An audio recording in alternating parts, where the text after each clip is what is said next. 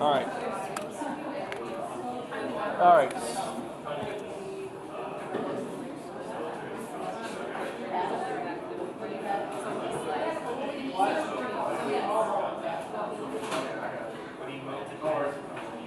Questions will ask.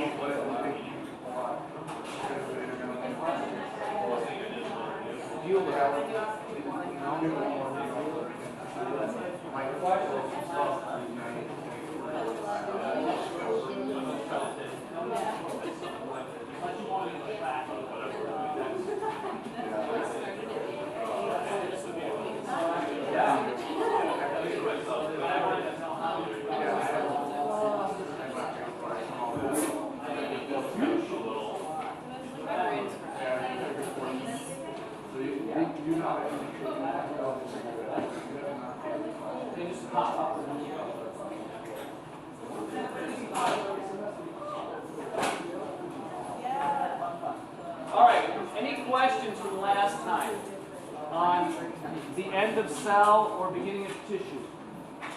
Did we get to primary germ layers here?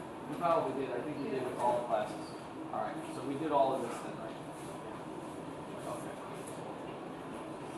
All right, so, all right, three most important things. Let's see, we're going to pick one. Vivian, give me one. Give me anything. Cell junctions, cell communication. Cell-to-cell communication. Remember which one did communication? You did them all. Gap junctions. Gap junctions are used for communication. They physically connect, but they're not anchors. All right. Bailey. Oh, or not important. 4 different kinds of tissues. Only 4, right? There's only 4 different kinds of tissues. So everything you can imagine has to fall into one of those 4 categories. If you can imagine something that falls out of those 4 categories, let me know. We're going to Stockholm. We're going to win the Nobel Prize. That's probably what's going to happen. I think it's like $1.5 million. So we can split it. All right, Eliza, one more thing. It's up to your question. And Carly.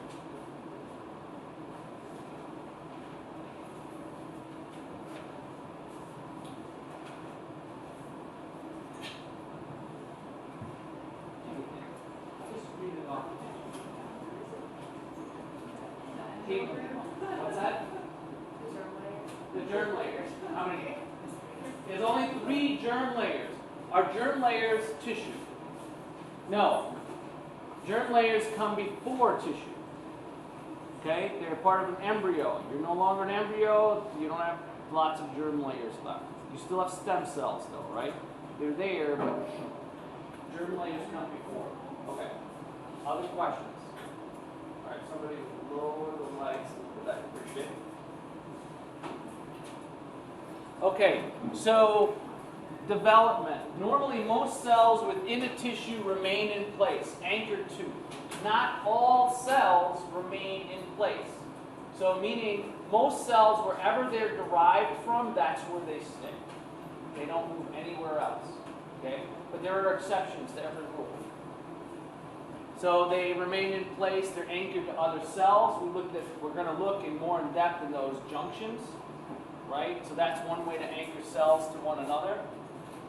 We're going to learn about what a basement membrane is. They're anchored to this basement membrane. They're anchored with connective tissue. Your body has a lot of connective tissue, and as you age, you end up developing more connective tissue. Okay, when you're very, very young, you don't have much connective tissue at all. Yeah. Why is that? Part of it is that the connective tissue adds strength to everything. Okay? So you now have a lot more connective tissue than you had when you were 3 or 4. Right? Think about a 3 or 4-year-old and how loosey-goosey they are. They're very flexible, they're very mobile, right? They don't have a lot of connective tissue in them. They're very pliable. But as you age, the joints, bones, everything gets more anchored. And that's good and that's bad, right? And as you continue to age, into your old age, into your 60s, 70s, 80s, and 90s, you have more connective tissue. The problem is that the connective tissue now starts to get weak. It doesn't work as well anymore, so it's compensating for that weakness. Yeah, good question. Any other questions? All right, exceptions include phagocyte. Phagocytes are usually part of the immune system. They're usually a type of white blood cell. There are several types of white blood cells that can actually turn into this Pac-Man-like monster that engulfs things. Bless you. Okay? And embryonic cells. Embryonic cells can move. Now, you still have the capability of producing these cells, right? They're called stem cells, right? You have to have the ability to produce more of whatever the cell is.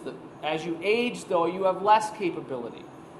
Right? Certain tissues have high capabilities, and that's good because in the tissues where we see the highest ability to turn over cells, those are also the tissues in the human body that have the highest probability of developing cancer. So it's good that you can't completely regenerate all the time because the more regeneration that occurs, and as we go through some of the system, we'll talk about it, the more chances that the DNA, the transcription and the translation, something goes wrong and it turns it into a cancer cell. So it's not a bad thing as you age that can't happen as much. So yeah, exceptions include phagocytes, embryonic cells involved in differentiation and growth. And when we get to skin cells actually move too. It's kind of cool. But they stay within the skin. They don't move to other organs, but they move within the organ. Okay, they don't stay anchored. All right, biopsy. What is a biopsy? A biopsy, if you've ever had one, if you've ever heard of one, is basically going in and taking a small clip of tissue, so that you can then analyze that tissue. You can analyze it histologically, where you can make some slides, like we've been looking at. You can analyze cellular, you can grind that stuff up and analyze it for protein or carbohydrate content or fat content. It's a type of surgery. There's something called a needle biopsy. When I was at the Human Performance Lab at Ball State University in the mid-90s, right, one of the main techniques, and they still use this there, and they were doing it at the time there too, is called a needle biopsy. So the project that was underway, I was not part of this project, there was a postdoctoral fellow by the name of Scott Trappy. He's now the director of the Human Performance Lab. If you go outside our lab in the basement, you'll see a picture of Scott and his doctoral students because they're still working with NASA, only now they're getting ready to send people to Mars. Back in the day, they were actually dealing with the International Space Station. And so the project was designed, because what happens is when you go into space, you don't have enough gravity. And that gravity causes your muscle and your connective tissue to atrophy. And so the grant that they had through NASA was to try to prevent some of this atrophy. Anyway, when I was a student there, this shuttle, this is to show you how old, tell you how old this is, the shuttle astronauts would come to Indiana. And we always knew when they were there because there would be closed doors, there'd be security. the shuttle astronauts would come in and we would biopsy them, meaning we would take pieces of muscle from their quadricep area and their calf area. That was sort of the pre, and we would look at the muscle fibers. We, meaning the lab, I didn't do any of this, okay? I didn't do any of it. So they would look at that, and then they would look at what would happen. They would look at what would happen after they came back from a shuttle flight. So there was pre and post shuttle flight. As a graduate student, I had the opportunity, and I made a bad choice by not taking part in this.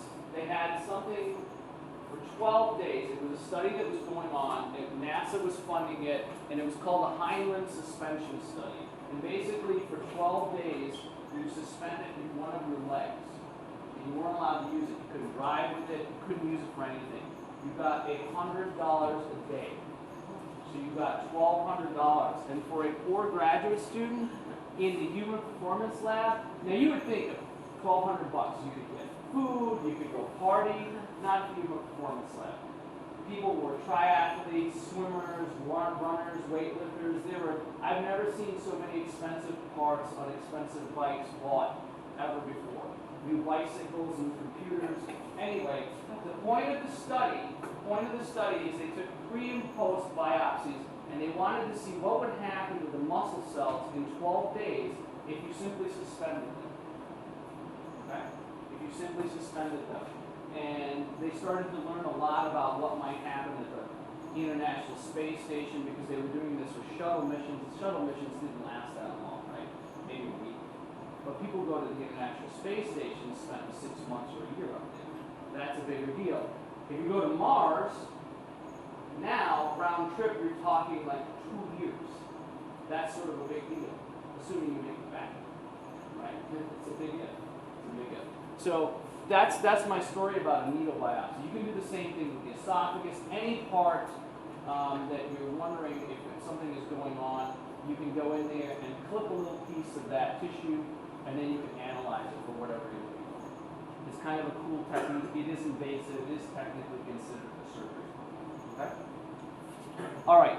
So it's useful for diagnosis, especially most people talk about it with cancer. The tissue is preserved, sectioned, and stained before microscopic viewing. We've already sort of talked about that. That's what histology is. You want to see if the cells look abnormal. And a pathologist or a histologist, they know what a normal cell, all normal cells are supposed to look like, and so then they compare normal to what these cells look like. And if there's a disconnect, then usually there's a problem. All right, let's talk more about cell junctions. We're going to revisit them. Remember that cell junctions are points of contact between adjacent plasma membranes.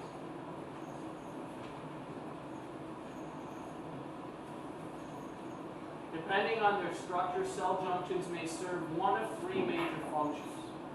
Some cell junctions form fluid-tight seals. Those would be the tight junctions, of which the tight junctions have 2 parts. Some cell junctions anchor. These are the desmosomes, the hemidesmosomes, and the adherens. And then some for communication, and these are the gap junctions, right? So those are the 3 major categories of cell junctions. They're usually found in epithelial tissue, right? They're usually found in epithelial tissue, but not exclusively.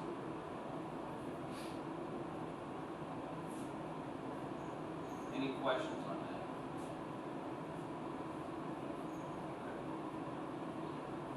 All right, let me just move this up. So here's a iClicker question. I just have to bring it up. You can't see it. Hold on one second. It's open, but you can't see it.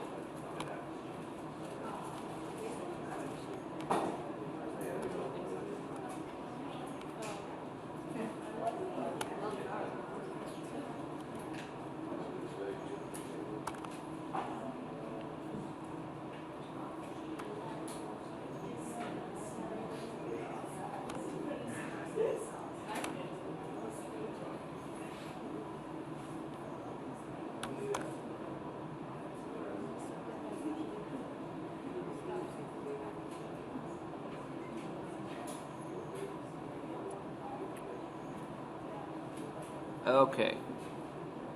Here we go.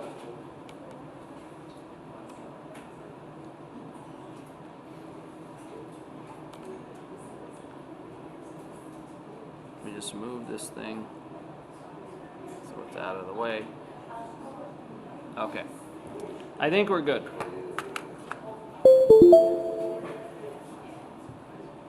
iClicker. Okay, we're ready. So I'll read it. I'll read all the answers, and then you'll get 30 seconds to figure it out. Okay. Which are the roles of the glycocalyx? So you got to remember, what is the glycocalyx? So which of these are following could be roles of the glycocalyx? A would be to digest foreign matter. Does the glycocalyx digest foreign matter? B, does it play a role in cell-to-cell signaling? C, to act as a conduit for large charged polar molecules into the cell. D, to protect the cell. And E is more than one of the above is correct. Okay, so now I'm going to start it. Now you got some time to think about it because you read it. All right, give you about 30 seconds and then we'll talk about it.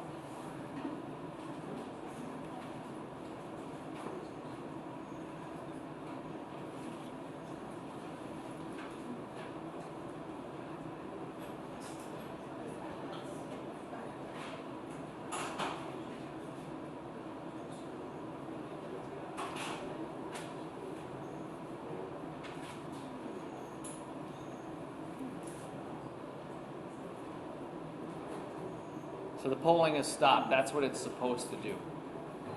All right, so let's see what we got.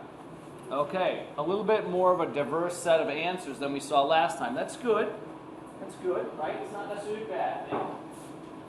So nobody said A, so that's wrong, so that's good.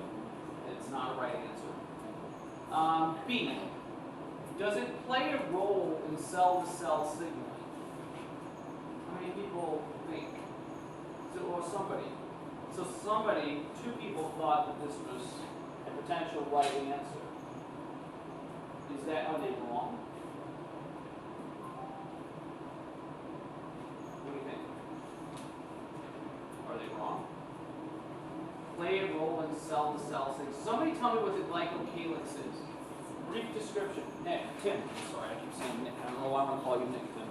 It's a good classroom.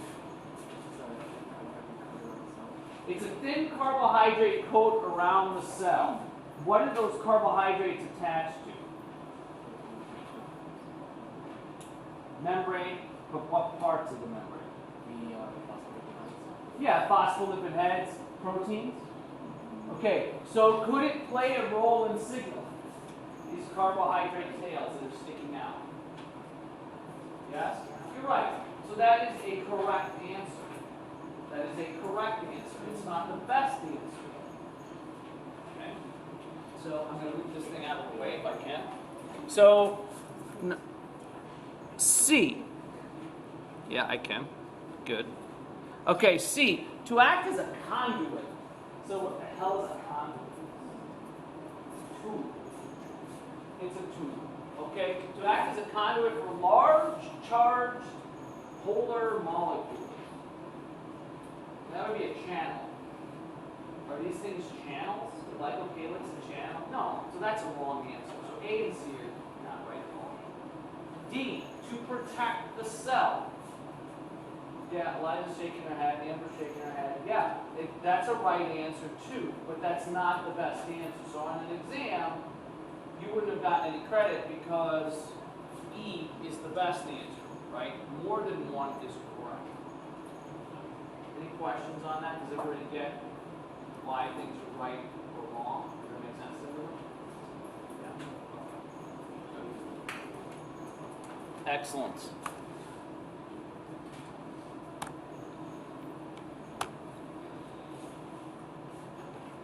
So this is the more high resolution diagrams. We're going to take them one by one. Don't have to worry about this. I'm going to go through them one by one. This is a lot of repetitive information. Okay, so cell junctions. Again, this one's not so big of a deal. It's just to show you where they are in a bigger picture. So if you're looking at this, these are cilia or they're microvilli. I can't tell what they are. I don't know what type of cell this is. It's a diagram, right? This is one cell here. This would be the beginning of another cell here, which is not drawn at all, and this would be a third cell. And in between them, right? In between them, that's where these junctions would work. Now, I like this better than what I showed you in the cell is because there's a much higher resolution with what these parts might look like. They're not 100% accurate, but they're better. So on the basement membrane here, you've got these hemidesmosomes. You've got desmosomes, which look like a double-sided one of these. This new one is called an adherent. I'm going to look at that. And then you have the tight junctions, which have the two parts. So here we're going to look at 5 in cell. There are only 4, but there's more than 5 even. But we're just going to look at 5. Okay, so the first one we're going to look at is a tight junction. So what you have is 2 plasma membranes here, one on this side, one on that side. And one of the best ways to describe this, right, this is an artist's rendition of what this might look like, so there's a little bit of artistic license that's in here, is like this beating pattern, almost like it was sewn together. And in theory, the tight junctions are usually made up of 2 parts, 2 major parts. Okay? Zona adherens, so usually there's an adherent that is associated with the tight junctions, and zona occludens, and this would be the zona occludens, right? So this is really only half the tight junction, the other half would be an adherent, which we haven't learned yet. Okay. So what this does, and you can see that it pinches the 2 plasma membranes together. So what it does is it doesn't allow whatever's here easy access to whatever's here, whatever's here. Does this mean that nothing can get through? No, water is insidious. It can probably still get through. That's why you have to have multiple layers here in order to stop water completely. All right, so not all tight junctions are watertight seals, but it does make it more difficult for things to go. This is called para, P-A-R.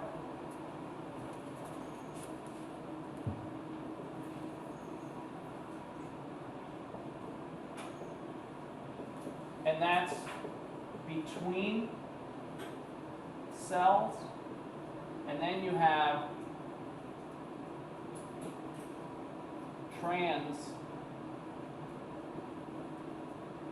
transcellularly, and that means through a cell. Okay? So tight junctions function at a paracellular level, meaning between 2 plasma membranes, and depending on how many points of contact there are, in this case there are 1, 2, 3, 4, the tighter the seal. Eventually you'd be able to seal out water.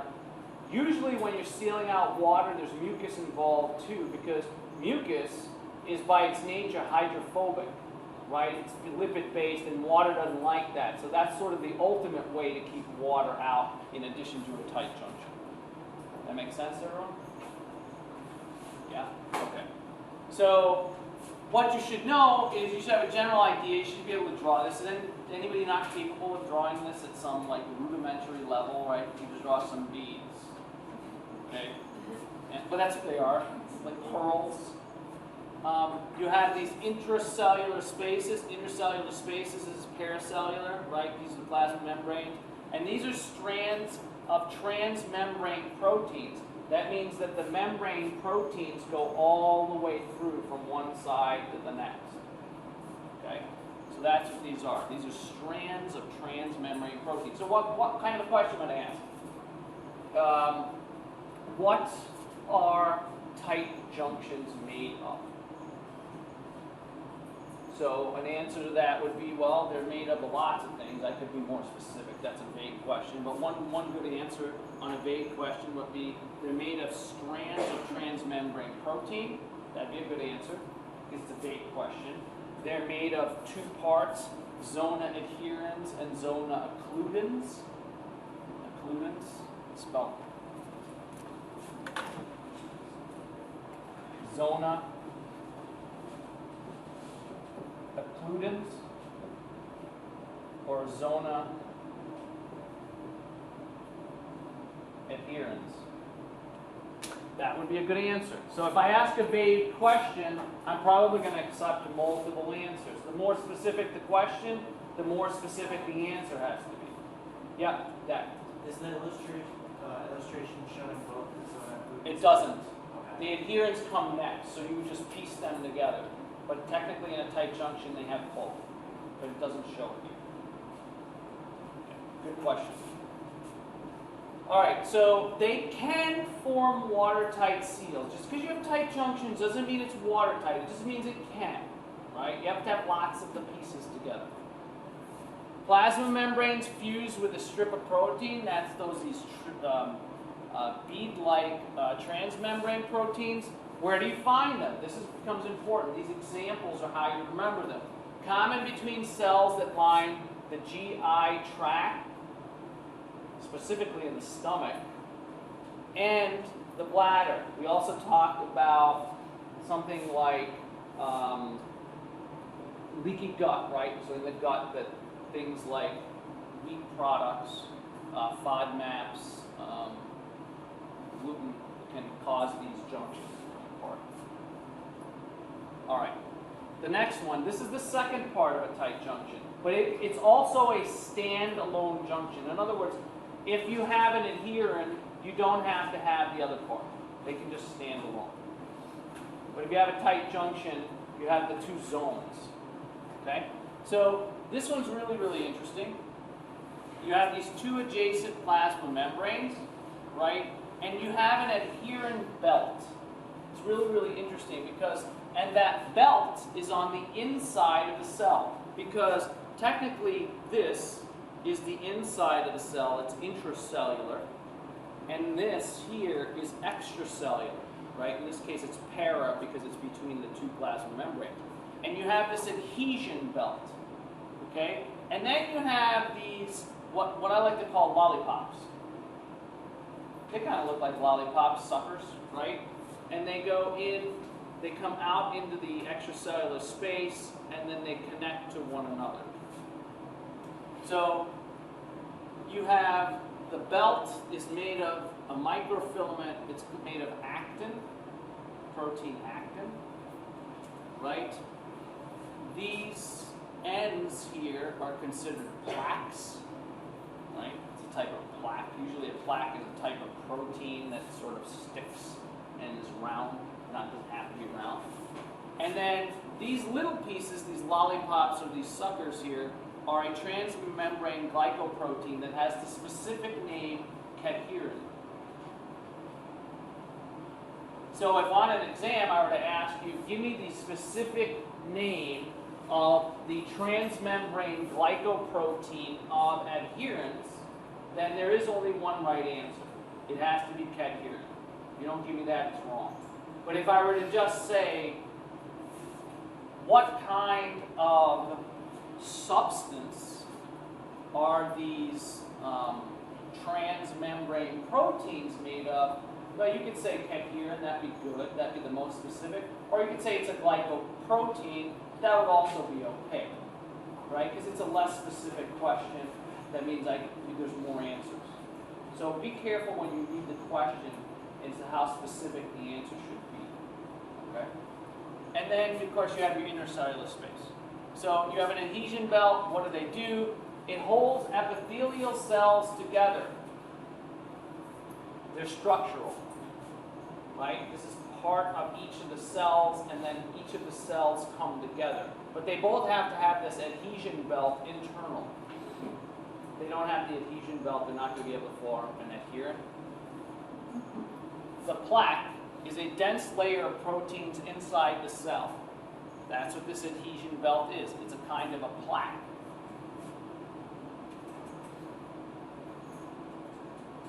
Microfilaments extend into the cytoplasm.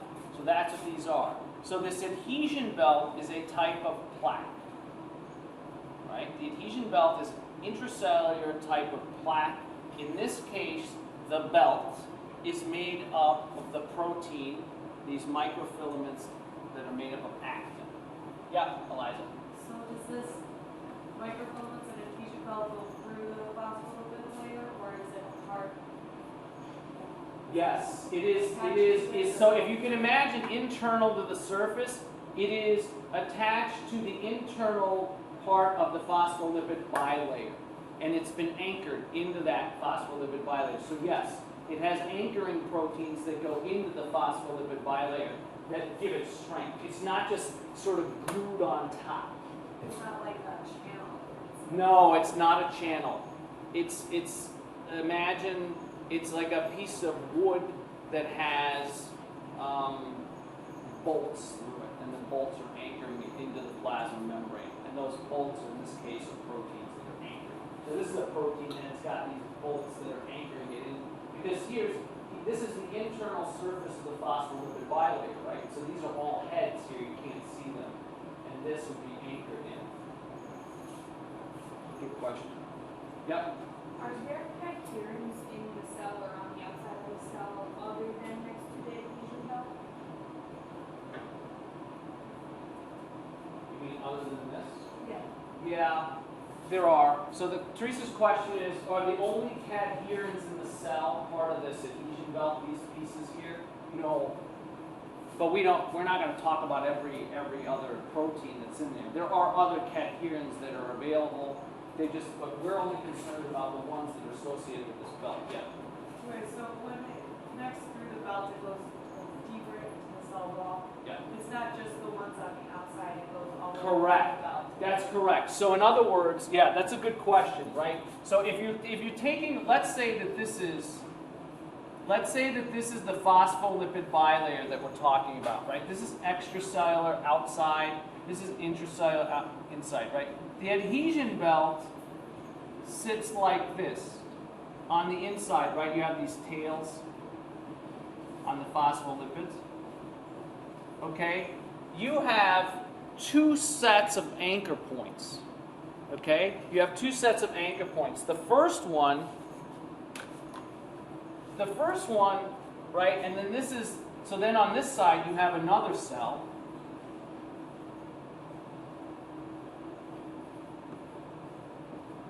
Okay? These are the two cells. This is cell 1. This is cell 2. Right? And this one has inside of it another adhesion belt. Right? So this is an adhesion belt. This is an adhesion belt. Okay? There's a set of anchor points. There's some anchors that just go in like this.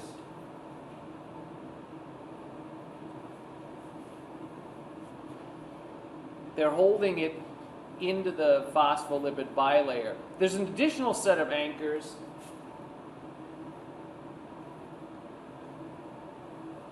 that are like this.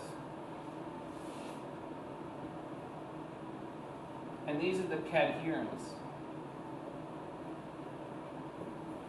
So there's multiple anchor points there. It makes it strong. It's not just glued on, right?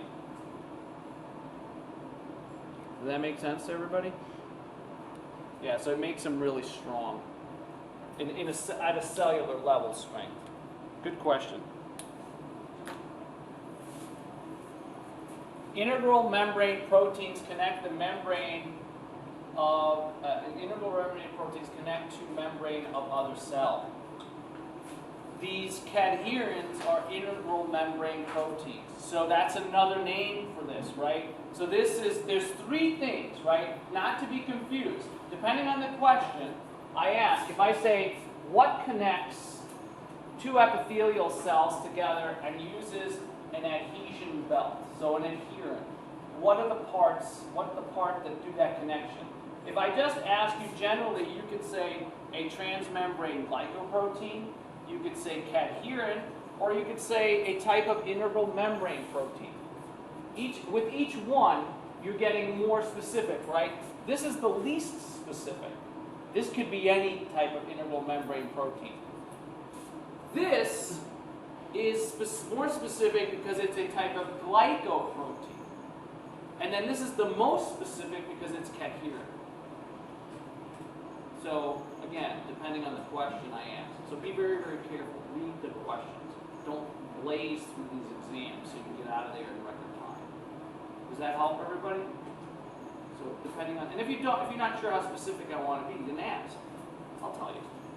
I'm not trying to hide it. I'm not trying to scare you or make you do not well. All right, so then we have gap junctions. These are easier to understand. So they're these channels. Okay, and where do we find them? We find them in the heart, between heart cells, cardiac cells.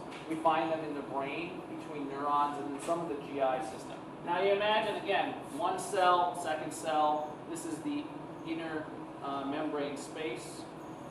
And you have these gap junctions. Now, these gap junctions are also called connexons. So a gap junction, the whole thing is a gap junction. The small parts here, these two pieces, are called connexons. You with me? The whole thing is called a gap junction. The two pieces, each individually, is called a connexon. And then these individual pieces, the connexons, are then made of what are called connexins. You can't see the connexins. It's not visible in this diagram.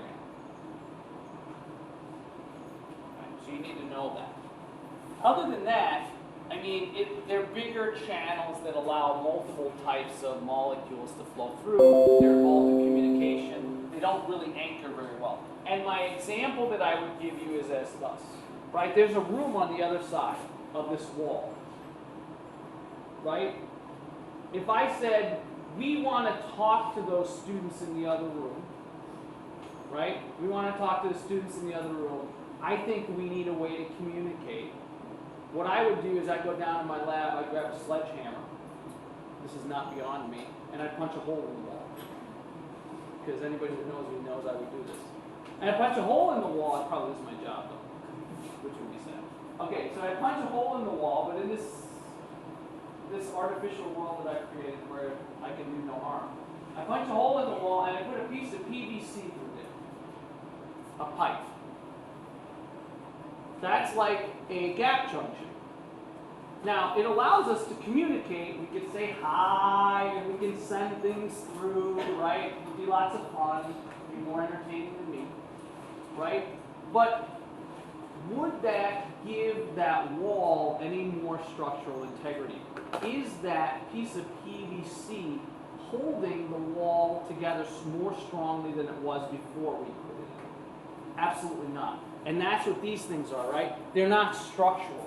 They don't give it any strength. They're just a bunch of holes together. These in and of themselves don't do, just like the piece of PVC wouldn't make the wall any stronger. In this case, it'd make the wall weaker. That's what you have to think of. So gap junctions are not structural. They're just for communication. So they're tiny spaces between plasma membranes of two cells. They're crossed by protein channels called connexons, right? That's what each one's a connexon.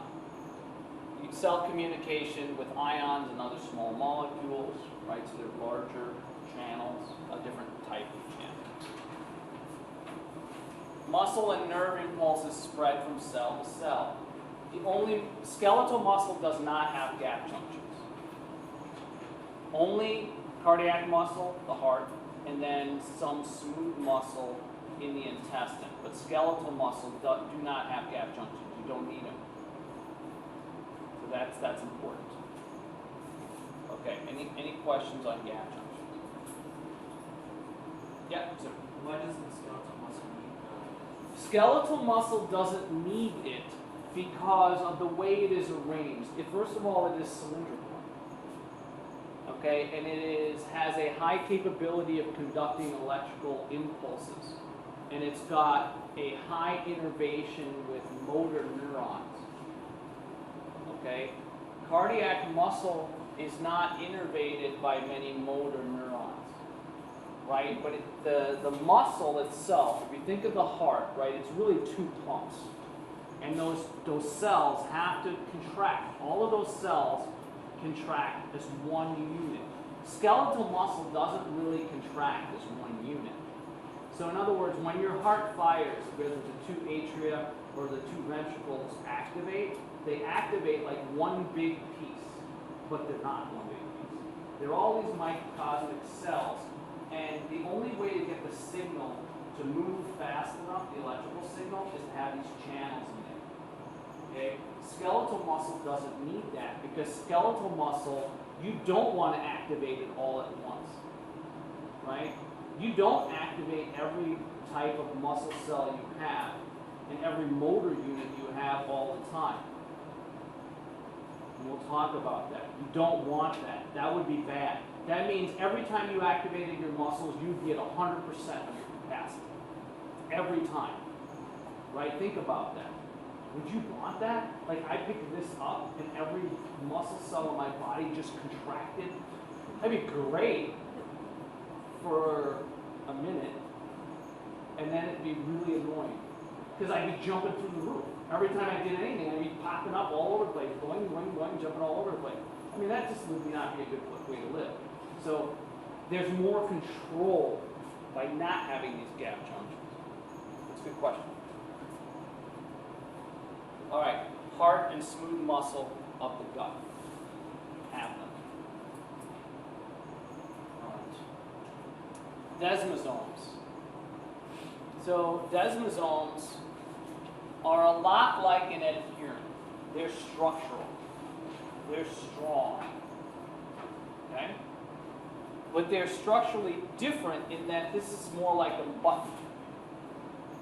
An adherent is a belt. And think about it, on my pants, right? On the front of my pants, I have a button. The button's here, and it holds things together, right? And then I have a zipper, and I also have a belt. But imagine that my pants, I only have the button, and then the zipper wasn't zippered. That would be awkward for everybody, right? But my pants would stay up as well. If I only had the zipper and not the button, that would be a little less awkward, but my pants still wouldn't stay up as well. Okay? So it depends on what the function is. Both of them together make a better seal. And oftentimes, between cells, you have multiple kinds. So these cell junctions are not just all or none. In other words, between certain types of cell, you either have adherents or you have desmosomes. You may have multiple types, depending on how strongly you want that interaction between the two of them to be. This is different. So this one has a lot more parts to it. Cell number 1, cell number 2, intermembrane space, right? So here you have the plaque. The plaque is more like a button instead of a belt, right? Here you have transmembrane proteins. Now, the transmembrane proteins here, the integral membrane proteins, are also made of cadherin. There's just more of them. There's just more of them. Okay? And then there's on the inside, remember this is on the inside of the cell, you have what are these called intermediate filaments, which also help anchor internally to the cytoskeleton. And they're made of keratin. And we're going to talk about keratin more when we get to your skin, because keratin is an important part of your skin.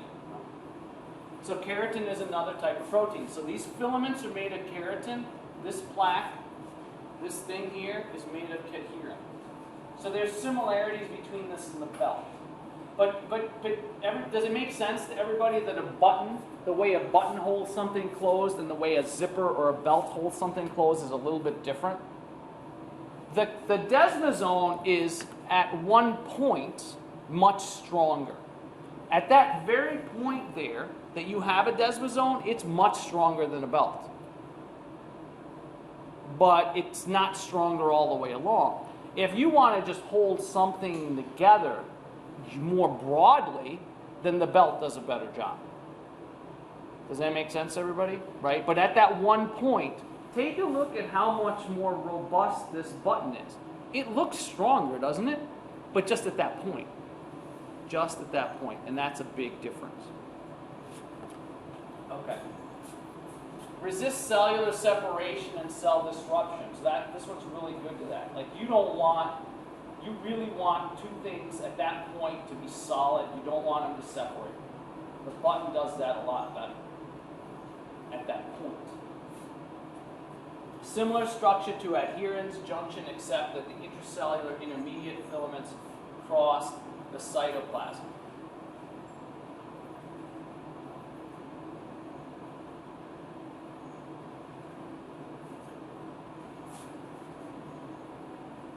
See, so these, you know how I drew them over here?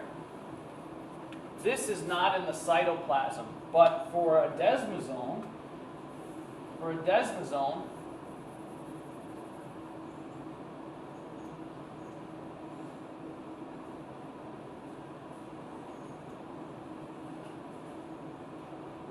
these are now in the cytoplasm, so they're a little longer. That's what that means. And you can see them here visually, right? They're actually into the cytoplasm, not just part of the phospholipid membrane. Yeah? So the keratin is just an extension of the cadherin? Yes.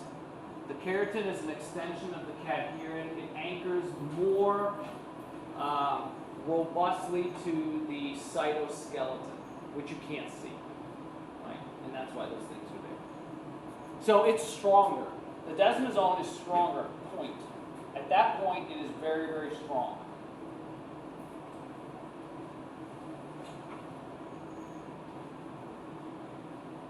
Cellular support of cardiac muscle. So your heart muscle has a lot of these things.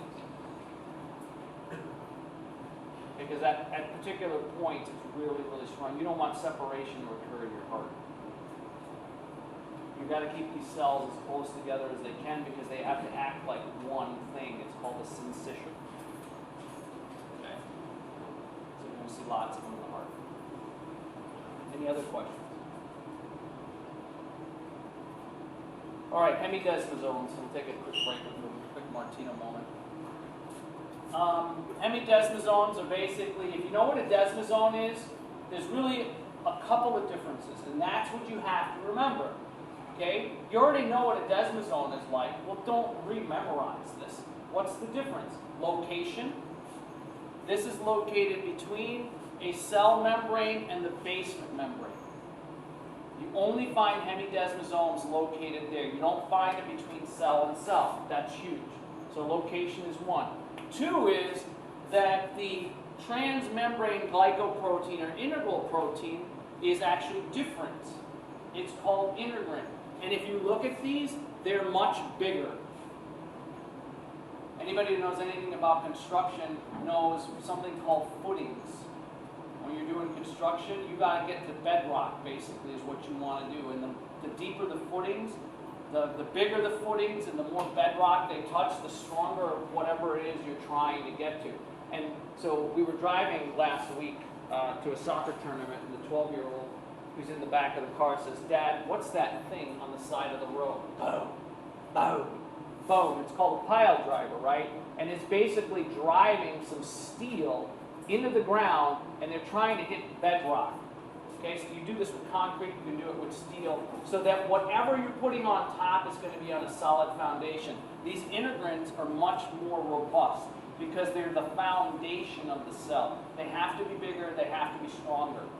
You don't want as many of them, but you want them to be robust, and that's what they are. So instead of using cadherin, which is sort of these lollipop things, which work great between cells, you want a bigger anchor, so they're like a footing.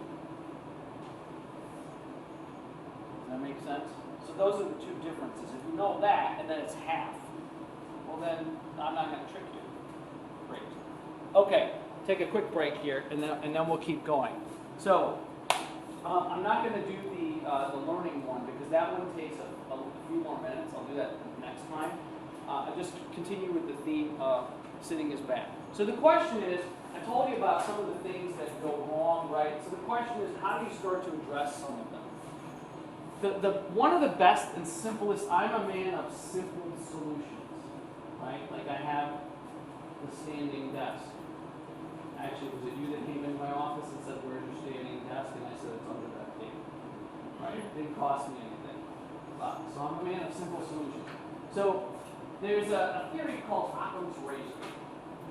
And if you've never heard of Occam's razor basically states that if you have two solutions to any one problem, that the simplest is the best answer. It is not the perfect answer, but it's probably the better answer. And I gave you the Russian space station story. No? So when they were developing the internet, there was a space station before the International Space Station. There have been several.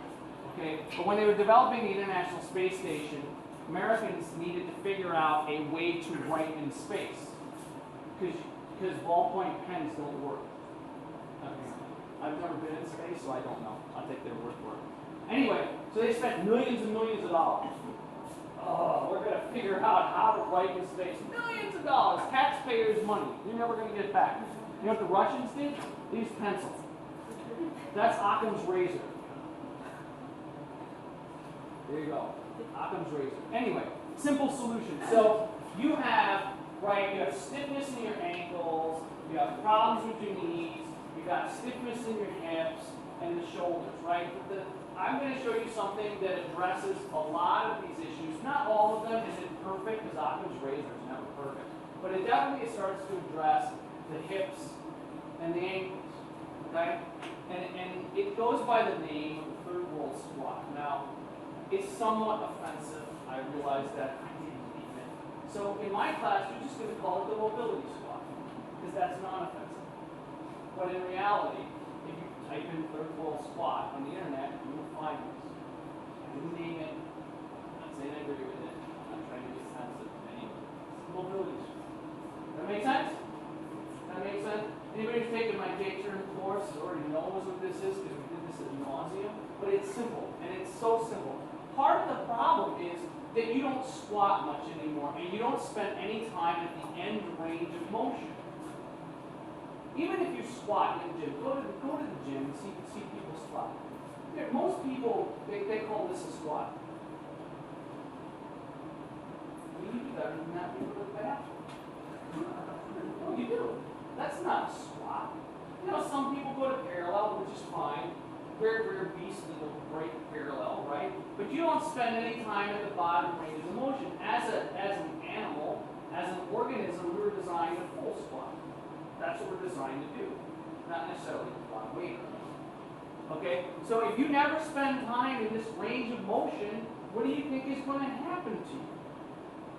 You're going to lose it. So all you have to do is the following. It's real simple. And I recommend that you do this against something that's not going to give, or else you may go bye-bye and roll. Okay? All you have to do is you always want to point your feet forward. If you can point your feet out at 5 to 12 degrees, that's perfectly normal. If you get used to this, you want to try as much as possible to keep your feet forward. I'll talk about that another time, why that's so important, right? If you can. What's going to happen is they're going to flare out anyway if you've got ankle issues, right?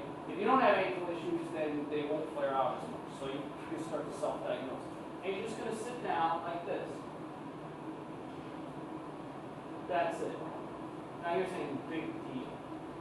It's not actually, it actually is a big deal, because if you go to a country where people are very, very poor, unfortunately, that's where it gets its initial name, people sit like this for hours.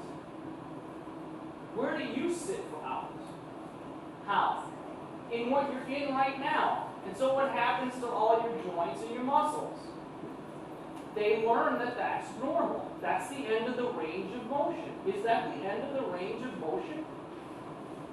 How many 60 or 70-year-old men and women do you think go into a full squat and come out of it? Do you think that's normal? There was a study done in Brazil, okay? Scientific study that was done, that the best indicator of how long a person will live is their ability to get off the floor without using their hands. If you cannot get off the floor without using your hands, no matter what your age is, you are on a slippery slope to the promised land.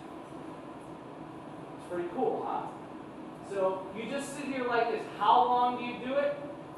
I don't know, as long as you can do it. I do it, this is just me. I know I'm old, right? And you're not. But when I'm watching TV sometimes, downstairs in my basement, I just sit here for like 10 minutes. You should be able to go hours. I would challenge you to try this. I bet you a lot of you couldn't stay in this position for 30 seconds because it's painful. Your ankles are all jacked up, your knees are all jacked up, your hips are jacked up. You can't even stay straight. Now, why do I tell you to do it this way? Because the way you should be able to do it and stay for hours is like this. Now try it. Now see how long you can stay in this position without some other kind of pain and suffering. It's really, really hard. Okay? If I can do it, you should be able to do it. Okay? This will start to simply address some of these issues. It's a fix. Is it a perfect fix? No. Does it help a lot? Sure. I had students who couldn't front squat. And then they came to me, I never could do a front squat. And I started third roll squatting and I could do a front squat. My ankles feel better, my hips feel better. And part of it is being able to get into the bottom of the range, right? But part of it, you actually have to have the coordination to actually sit in this. So try it. You got nothing to lose. It may actually make you feel better, right? Whenever you're sitting, think about it. Sit like this. People think you're great. When I go to an airport, if I get laid over for hours, I go into a corner somewhere and I just sit like this. And people look at me. I do. So if you're ever in an airport and you see me sitting down, you're like, he's for real. Like he's really like, right? I do it because I realize that I've been sitting all that time and it's really, really bad for me. I only do it when my wife's not present. She already thinks I'm crazy. And so I'm not allowed. I don't do crazy things in front of her with other people watching. But since I'm like the crazy, did everybody here grow up like a crazy guy on the street? I did. I'm from New York. There's crazy guys on the street, right? Every street has that like the old guy, some crazy guy who talks to himself like, I'm gonna kill you. I don't understand why you're doing that. Well, you're not too out. You can walk down the street. Or they say something to you as you pass by, like, like FDR for president, or some crazy stuff like that. I'm kind of like the crazy old guy, except I don't say stuff to people. I just look at them and say. Anyway, if you're so inclined, try it. It might actually help. It certainly can't hurt. That's the very first solution for this problem of sitting all day. Squat. Okay. We're going to get back to this, right? Let's get back to this. Let's try to move along. So the hemidesmosome is half a desmosome. Remember, hemi means half. Connects cells to extracellular material, right? The basement membrane, we're going to talk about what a basement membrane is. And there's multiple parts to it. Right, has everybody got that? Yeah. Okay. Right, so those are the junctions. You should know what they are, where you find them as an example, and what they would do. They're different parts. Epithelial tissue. So epithelial tissue is one of the 4 major tissue types. It is pretty much found everywhere. It does a lot of different things. The cells are closely packed with very little extracellular material. Okay? Very tightly packed. So your skin is very tightly packed. It's waterproof. Right? That's part of the reason it's waterproof. All right.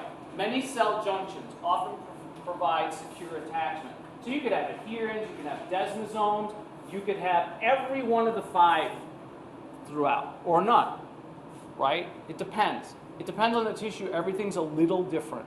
And even between 2 people with the exact same tissue, there may be a slightly variation to the theme. Cells sit on a basement membrane. Super, super important. Okay, so this basement membrane thing.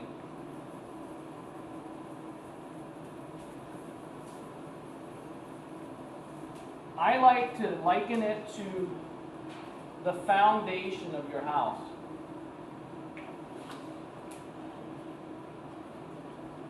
These cells sit on a basement membrane. So the basement membrane is the foundation of the cell. Okay? If you live in a house, you live in a building, it has to have some kind of a foundation. That foundation is either just a slab of concrete with some footings into it, right? Or it has a basement. Either way, you have a foundation. And then you build on top of that. The cells are built on top of this basement membrane.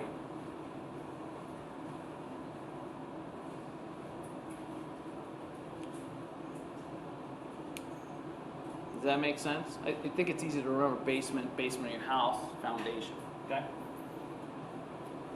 So then we got to talk about the cells themselves. The free surface is actually called the apical membrane. So this would be the free surface, the apical membrane. On this side. The part that's furthest away from the basement membrane. If you ever have any doubt, say, oh, it's too close to the basement membrane, it can't be apical. Yeah, CJ. Is the basement membrane also referred to as the basal lamina, or is that something else? Yes. The basal lamina is part of the basement membrane. So that's another name for it. And you'll find that in the medical community too, that some of these names change. There's multiple names for the same structures. Basal lamina is something you'll hear in cell and molecular. It's something you'll hear doctors talk about, physicians sometimes. Okay. The basal surface is closest to the basement membrane.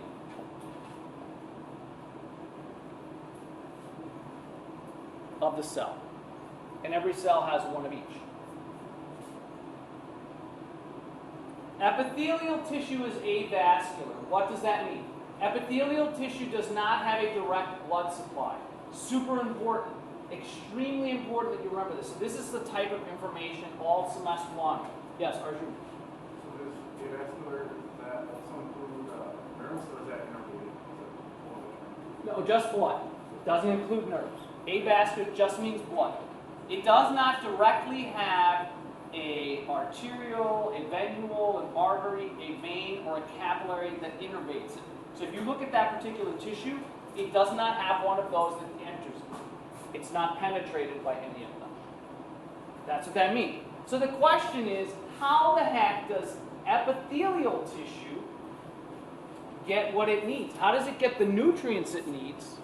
This is our last slide, by the way. How does it get the nutrients that it needs and get rid of the waste? Because doesn't everything need a blood supply? Yes, everything needs a blood supply. All right, so how did nature go around this? There has to be an answer, right?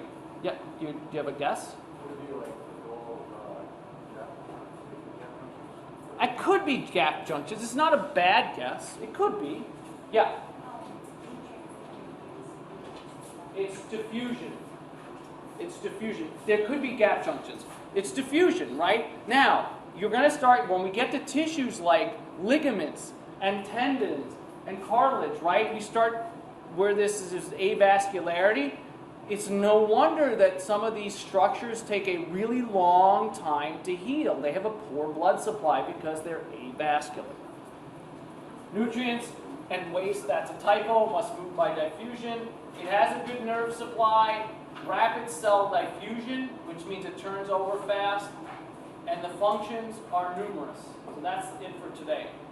So this is your intro to epithelial. This is super important because I'm going to keep referring back to things and say, okay, now we're in bone.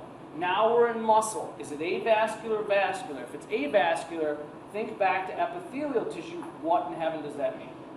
Okay, so 3 important things. Annika, 1.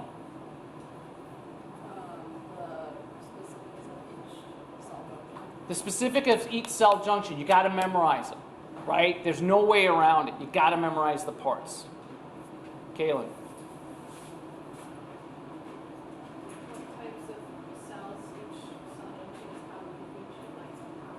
Yeah, where are they found? Jordan, one more. Cat hair and skin insurance not rated by Blue Protein. And what would be, and where would you find those? Yeah, and then there's a different one called an Integrin, and you should know where that one's found. That's the tricky one. That's the one people get wrong every year, right? So make sure you know the parts. Have a fantastic day, a fantastic weekend, and I will see you on Monday.